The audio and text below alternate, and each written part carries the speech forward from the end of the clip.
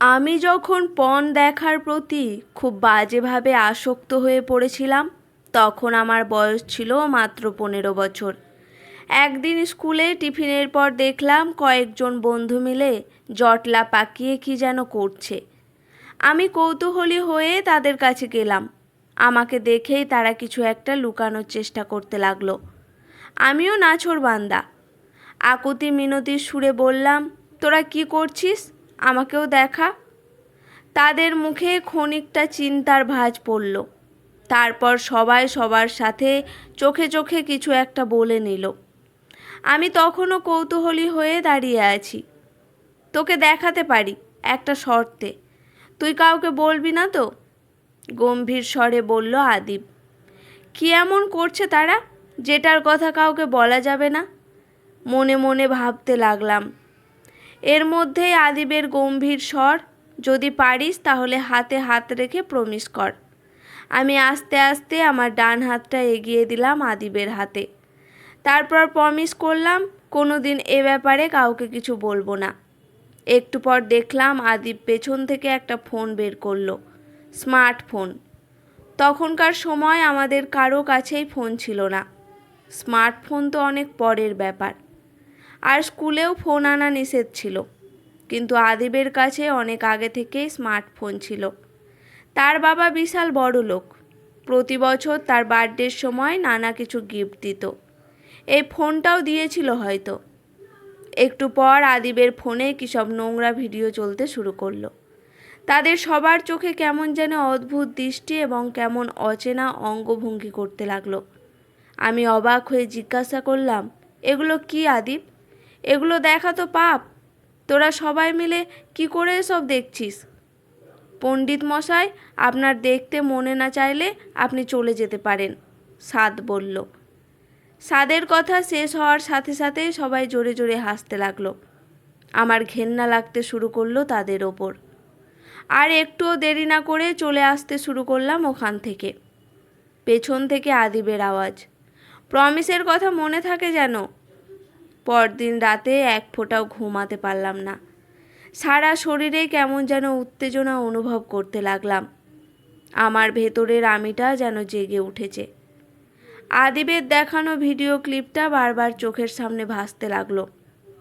পরদিন স্কুলে মনমরা হয়ে সারাক্ষণ পেছনের বেঞ্চে বসেছিলাম।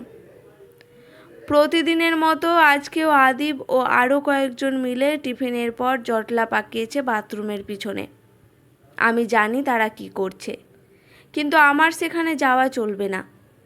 নিজেকে মনে মনে বুঝাতে লাগলাম। যাওয়ার সময় আদিব একবার চোখের ইশারায় ডেকে গেছে, কিন্তু আমার ভেতরের কোনো এক অবিচ্ছেদ্য অংশ বারবার টানছে সেখানে যাওয়ার জন্য। সেদিন রাতে খুব বিচ্ছিরি আর নোংরা স্বপ্ন দেখতে থাকলাম।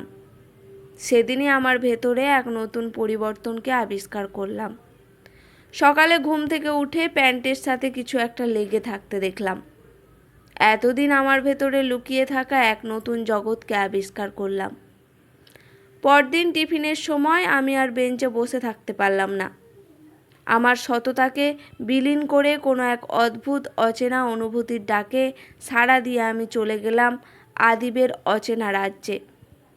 আমাকে দেখে সাদ বলল, কি পণ্ডিত মশাই, খুব তো সাধু সেজে ভাব নিচ্ছিলেন, এখন কি ভেবে আসলেন? আরে এসব মজা মস্তির ব্যাপার সাজু সাজতে নেই, এনজয় করতে হয়। স্বামী বলল, আরে তোরা কি শুরু করলি? পোলাটা নিজের ভুল বুঝতে পেরে আমাদের দলে চলে এসেছে, ওকে এবার ওয়েলকাম কর। আদিব বলল, ওকে নতুন আইটেমটা দেখিয়ে ওয়েলকাম করা যাক। কি বলিস আদিব? রিপু বলল। তারপর সবাই একসাথে হেসে উঠল এবং সবাই মিলে নতুন জগতে ডুবে গেলাম। এরপর থেকে আমি প্রতিদিন আদিবদের সাথে যেতাম। মাঝে মধ্যে স্কুল বা কোচিং ফাঁকি দিয়ে পাড়ি দিতাম অচেনা অনুভূতির নতুন রাজ্যে। গ্রুপ স্টাডির নাম করে একসাথে সবাই মিলে অ্যাডাল্ট মুভি দেখতাম। নতুন নতুন আইটেম আনতে চলে যেতাম 5-6 কিলোমিটার দূরের দোকানে। এর মধ্যে স্মার্টফোনের জন্য বাবাকে চাপ দিতে শুরু করলাম। নানা বাহানা দেখিয়ে বলতাম স্মার্টফোন না দিলে পড়ালেখা হবে না। বাবার সে সামর্থ্য ছিল না, কিন্তু তাও তিনি নানা চেষ্টা তদবির করতে লাগলেন। মাঝে মধ্যে স্কুল ফাঁকি দেওয়াটা একসময় নিয়মিত হয়ে গেল। পড়াশোনায় মন বসতো না, সবসময় কেমন যেন বিভোর মাতালের মতো হয়ে থাকতাম। মাথা ঘুরাতো, ঘুম ঘুম ভাব থাকতো সবসময়। পরিবারের সবার সাথে খারাপ আচরণ করা শুরু করলাম। বড়পা এবং মায়ের দিকে চোখ তুলে তাকাতে পারতাম না। শত বন্ধন ছিন্ন করে নারী রূপটা আমার কাছে প্রাধান্য পেয়ে যেত। অস্বস্তি লাগতো সে সময়। নিজেকে খুব বেশি একা লাগতো। মাঝে মাঝে নিজের প্রতি ঘৃণা হতো প্রচণ্ড রকমের। কারো সাথে শেয়ার করতে পারতাম না কিছুই। আগে যদি যাদের সাথে চলাফেরা করতাম, এখন তারা অনেকেই আমাকে অন্য চোখে দেখত। আমি যাদের সাথে মিশতাম তারা সবাই পর্নোগ্রাফিতে আসক্ত ছিল। আমি আরও বেশি এই অন্ধকার জগতে ডুবে যেতে লাগলাম। 1 বছর পর বার্ষিক পরীক্ষায় আমার রেজাল্ট খুব খারাপ হলো। শুধু আমার না, আমরা যারা যারা আসক্ত ছিলাম তাদের অনেকেরই রেজাল্ট খারাপ হলো। আমি এক বিষয়ে ফেল, অথচ আমার রোল সবসময় 10-এর মধ্যে থাকতো। রেজাল্ট শুনে বাবার মাথায় আকাশ ভেঙে পড়ল। তিনি অনেক বেশি অবাক হলেন। হেড স্যারের কাছে নানা আকুতি মিনতি করলেন যেন আমাকে প্রমোশনটা দিয়ে দেয়। হেড স্যার আমাকে ভালো ছাত্র হিসেবে চিনতেন। বাবার সাইন নেওয়া হয় যেন পরের বার ফেল করলে আমাকে সরাসরি ডিমোশন দিতে পারে। বাবা কাঁপা কাঁপা হাতে সাইন দিলেন। বাসায় আসার পর রাতে বাবা আমাকে জিজ্ঞেস করলেন আমার কোনো সমস্যা আছে কি না। আমি বাবাকে সত্যি কথাটা বলতে পারলাম না। শুধু বললাম কাল থেকে ভালো করে পড়বো বাবা। দেখো বাবা, সাইকেল রিপেয়ারিং করে আর ক টাকা পায়? যা পায় তা তোর পেছনেই খরচ করছি। তুই ভালো রেজাল্ট করলেই আমরা খুশি, নয়তো আমার এত পরিশ্রম বৃথা যাবে। কিন্তু আমি আমার কথা রাখতে পারিনি। কাল থেকে ভালো করে পড়তে পারিনি। আমি আরও বেশি ডুবে যেতে থাকলাম অন্ধকার থেকে গভীর অন্ধকারে। একদিন আদিব বলল, এভাবে আর কতদিন শুধু ভার্চুয়াল ফিলিংস নিব? এবার নতুন কিছু করতে হবে। এভাবে আর থাকা যায় না। হাত কচলাতে কচলাতে বলল সাত। সন্ধ্যায় মিটিং বসলো। স্বামীদের পুকুর পাড়ে বটতলায়। জায়গাটা শুনশান। কোনো মানুষ অতি প্রয়োজন ছাড়া এখানে আসে না। সবাই মিলে বিরাট প্ল্যান করলাম। প্রথমে কারো কারো দ্বিমত ছিল প্ল্যানটায়, কিন্তু শেষ পর্যন্ত সবার মুখে ফুটে উঠল কুড়ো হাসি। 7 দিন পর পাড়ার 8ম শ্রেণীতে পড়ুয়া মিতুকে আমরা রেপ করলাম। শুধু রেপ না, সাথে গলার 1/3 কেটে ফেলেছিলাম। মেয়েটা অনেক বেশি ছটফট করছিল। লাশ লুকিয়ে রেখেছিলাম স্বামীদের বটতলায়। এর ঠিক 5 দিন পর পুলিশ লাশ উদ্ধার করে। আমরা সবাই ভয় পেয়ে যাই। সবাই মিলে সিদ্ধান্ত নেই বাড়ি থেকে পালিয়ে যাব, কিন্তু তার আগেই আমরা ধরা পড়ে যাই। পুলিশ যখন আমাকে বাড়ি থেকে হ্যান্ডকাপ পরিয়ে নিয়ে যাচ্ছিল, মা কাঁদতেছিল আর বলতেছিল আমার ছেলে নির্দোষ, ও এত বড় পাপ কাজ করতে পারে না, ও ছোট মানুষ, ওকে ছেড়ে দেন। বাবা একবার এসে জিজ্ঞেস করলেন, রাতুল, তুই কি এই খুনের সাথে কোনোভাবে জড়িত? আমি কিছু বলতে পারলাম না, শুধু চুপ করে নিচের দিকে তাকিয়ে রইলাম। পুলিশ আমাকে টেনে নিয়ে যাচ্ছে। শেষবারের মতো বড়পা কেঁদে কেঁদে বললেন, রাতুল, তুই বল, তুই এই জঘন্য কাজের সাথে জড়িত না? তোকে ফাঁসানো হচ্ছে, বল ভাই আমার, বল। এবারেও আমি কিছু বলতে পারলাম না, শুধু 2 ফোঁটা চোখের জল ফেললাম। পিছনে মায়ের গর্জন বিরাদি চিৎকার আওয়াজ ভেসে আসছে। প্রথম প্রথম মা এবং বড়পা আমাকে দেখতে যেত জেলে। বাবাও যেতেন মাঝে মাঝে। একদিন জেলে বড়পা চুপি চুপি এসে আমাকে জিজ্ঞেস করলো, রাতুল, তুই কি আসলে এই পাপ কাজ করেছিস? যে বড়পা আমাকে ছোট থেকে কোলে করে বড় করেছে, যে বড়পা আমার মাংস পছন্দ বলে তার পাতের মাংসটা আমার পাতে তুলে দিত, যে বড়পা তার টিউশনির টাকা দিয়ে আমাকে নতুন জামা কিনে দিত, তার কাছে আমি কি করে বলতাম যে আমি ধর্ষক, আমি খুনি? আমি রীতিমতো চুপ করে রইলাম। বড়পার বুঝতে বাকি রইল না। কেন তুই এই পাপ করলি? তোর কারণে প্রতিদিন মা বাবার মধ্যে ঝগড়া হয়। মা রাতে ঘুমের মধ্যে চিৎকার করে ওঠে। বাবাকে সবাই ধর্ষকের বাপ বলে ডাকে। আমার কলেজ যাওয়া বন্ধ। পাড়ার লোকেরা বাড়িঘর ভাঙতে আসে। তুই কেন এ পাপ করলি? বড়পা কাঁদতে কাঁদতে বলল। এরপর আমার 9 বছরের জেল হলো। আমি এবং আরেকজন বন্ধু বাদে বাকিরা কিভাবে যেন ছাড় পেয়ে গেল। ছোট হয় ফাঁসি থেকে রেহাই পেয়ে গেলাম। আমার পরিবারের কেউ আর কোনোদিন দেখা করতে আসেনি। বছর ঘুরতেই নাকি বড়পার বিয়ে ঠিক হয়েছিল, কিন্তু মেয়ের ছোট ভাই একজন ধর্ষক এবং খুনি, এটা জানার পর বিয়েটা ভেঙে গেল।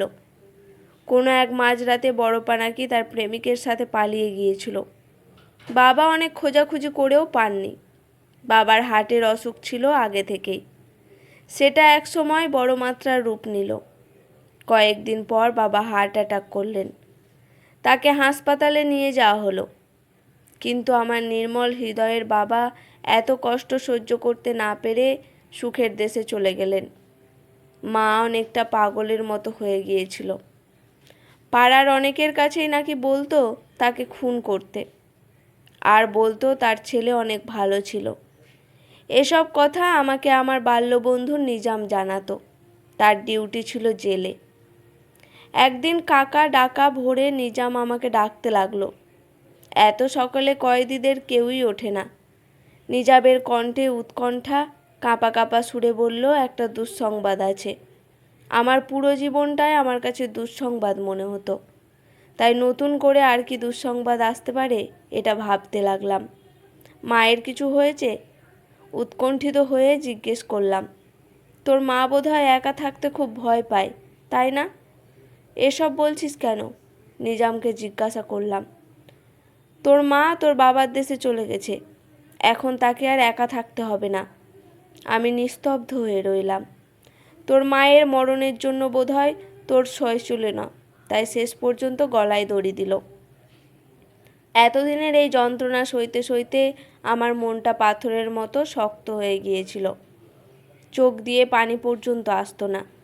কিন্তু এবার পাথরের মতো শক্ত মন বরফের মতো গলে তারপর সেই পানি চোখ দিয়ে বর্ষিত হতে লাগলো। আমি হাউমাউ করে কাঁদতে শুরু করলাম। নিজাম আমাকে শক্ত করে জড়িয়ে ধরল, যেভাবে ছোটবেলা আমার মা আমাকে ধরে রাখত। আজ 9 বছর পর জেল থেকে ছাড়া পেলাম। গ্রামের অনেক কিছুর পরিবর্তন হয়েছে, কিন্তু আমার প্রতি মানুষের ঘৃণা বোধহয় আজও রয়ে গেছে। তাই দিনে আসার সাহস পেলাম না। একজন বন্ধুর সাহায্য নিয়ে মা বাবার কবরের পাশে এলাম। বন্ধুগুলো কেমন তাচ্ছল্যের চোখে দেখে এখন। এতদিন পর কবর দুটো প্রায় ধ্বংসাবস্থায়। মাঝখানে একটা গোল গর্ত হয়ে আছে, চারিপাশে ছোট ছোট গাছপালায় ভর্তি হয়ে আছে। কবরের পাশে দাঁড়িয়ে আজ নিজেকে অনেক বেশি অসহায় মনে হতে লাগলো। মা বাবা বোধহয় কোনোদিন আমাকে ক্ষমা করবে না। আমাকে শুধু একজনকে খুন করিনি, আমি 3 জনকে খুন করেছি। আমি খুনি, আমি খুনি। চিৎকার করে বলতে লাগলাম। এ শহরের প্রতিটা গাছের পাতাও জানে আমি খুনি, আমি ধর্ষক। আমাকে এ শহর ছেড়ে পালাতে হবে, অনেক দূরে চলে যেতে হবে, নয়তো তাদের অবহেলা আমাকে তিলে তিলে করে মেরে ফেলবে। এত কিছুর পরেও আমি বাঁচতে চাই। আমার পুরনো দিনগুলো ফিরে পেতে চাই।